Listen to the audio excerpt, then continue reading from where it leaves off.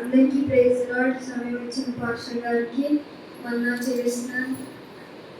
నేను ఈ 10 సంవత్సరాలు కంప్లీట్ చేసుకోవడానికి ఇంకా దేవుడు నా పక్కన ఉండడం నాకు చాలా నచ్చుతుంది. అలాగే నన్ను ఏసైకి తెప్పించడం, ఇంకా మా నాన్న ఏసై గురించి చెప్పడం ఇదంతా ఎంతో సంతోషకరం. అలాగే నేను ఈ 10 సంవత్సరాలు చాలా దెబ్బలు, మళ్ళీ ఇదంతా ఎదుర్కొని వచ్చాను. అంటే నొప్పిలు, అంత బాధలు, అవి అంతా ఎదుర్కొని వచ్చాను. అవి చెప్పడానికి మేము ముందున్నాను.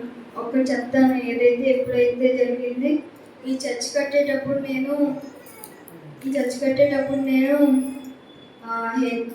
అక్కడ కూర్చొని చూస్తూ హెల్ప్ చేయాలని నమ్మకం కలిగింది. సో నేను హెల్ప్ చేయడానికి వెళ్ళి అడిగాను. మట్టిని తీసుకురమ్మని పైకి కిందకి తీసుకురమ్మన్నారు. సండే చెప్పారు కదా అనేసి చేద్దాం అనేసి మట్టిని అంతా తెస్తూ ఉంటే తెచ్చాను. కొన్నిసార్లు అట్లా పైకి వచ్చాను.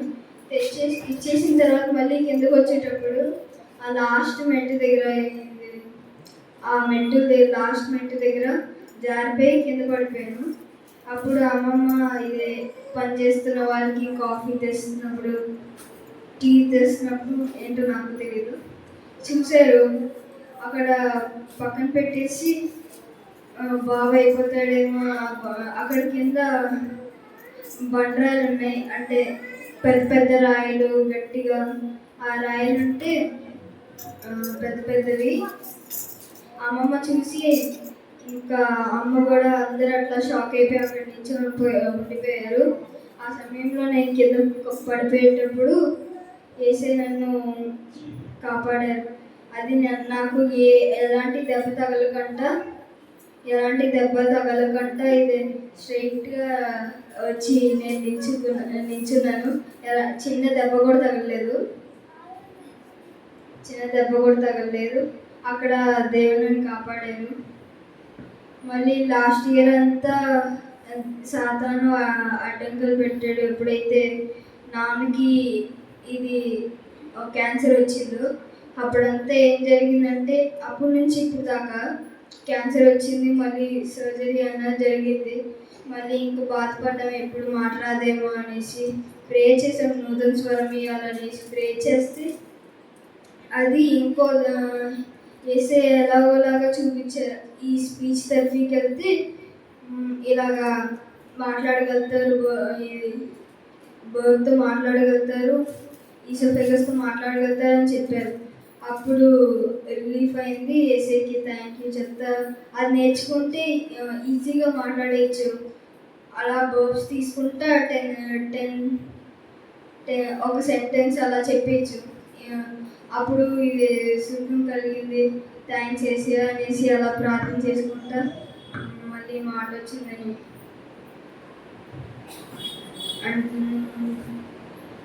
ఇలాగా ఏమంటే, చిన్నపిల్లలు ప్రార్థన చేస్తే దేవుడు ఖచ్చితంగా ఆన్సర్, ఇంకా హీలింగ్ ఇస్తారు.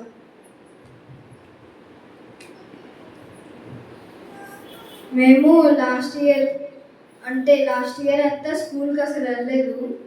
2-3 months వెళ్ళాము అంతే. బట్ ఇంట్లో చదువుతా ఇంట్లో ఉండిపోయాము. ఇది జరుగుతుంది, నాన్న చెన్నైకి వెళ్తున్నాను, మళ్ళీ ఇక్కడికి వస్తున్నాను, అమ్మ బిజీగా ఉన్నారు, ఇదంతా అవుతుంది. సో స్కూల్కి వెళ్ళకపోయాం. లాస్ట్ ఇయర్ అంతా వెళ్ళలేదు. 2-3 months వెళ్ళాము. అయితే ఇంట్లో చదువుకుంటా మళ్ళీ అమ్మకి మధ్యలో ట్రాన్స్ఫర్ వచ్చింది. ఏంటంటే ఇట్లా జాబ్కి రమ్మన్నారు బరంపూర్కి. వచ్చాము, వెళ్ళాము. మళ్ళీ కొన్ని రోజులు అలాగే గడిచింది. మళ్ళీ ఎలాగోలా స్కూల్ జాయిన్ అవ్వాలి కదా. సో మేము స్కూల్కి వెళ్ళడానికి ఎంట్రన్స్ ఎగ్జామ్ రాయాలన్నమాట. వెళ్ళి అడిగాము ఇది అడ్మిషన్ కోసం. ఓకే అన్నారు, ఎంట్రన్స్ ఎగ్జామ్ రాయాలన్నారు. సో దానికోసం చదివి వెళ్ళి రాస్తే అది అయ్యింది. దాంతో మళ్ళీ ఇంటికి వచ్చాం. నెక్స్ట్ రోజే ఇది ఫోన్ చేసి మీ పిల్లలిద్దరూ పాస్ అయిపోయారని చెప్పారు. పాస్ అయిపోయారని చెప్పారు. మీరు ఈ పలానా డేట్కి స్కూల్కి రావాలి, అడ్మిషన్ తీసుకొని అప్పటి నుంచి స్కూల్కి వెళ్ళాలి అనేసి చెప్పారు. అప్పుడు ఇక్కడ నుంచి స్కూల్కి వెళ్ళాలి అనేసి చదువుకోవాలి ఇదంతా ఉంటుంది. అలాగా ఈ 10 సంవత్సరాలు వేసే నన్ను బ్లెస్ చేశారు. మీరందరూ ప్రార్థన చేశారు. మీరందరూ ప్రార్థన చేశారు మా స్కూల్స్. దేవుడి సాక్ష్యం దేవుడి గురించి. ఆమేన్.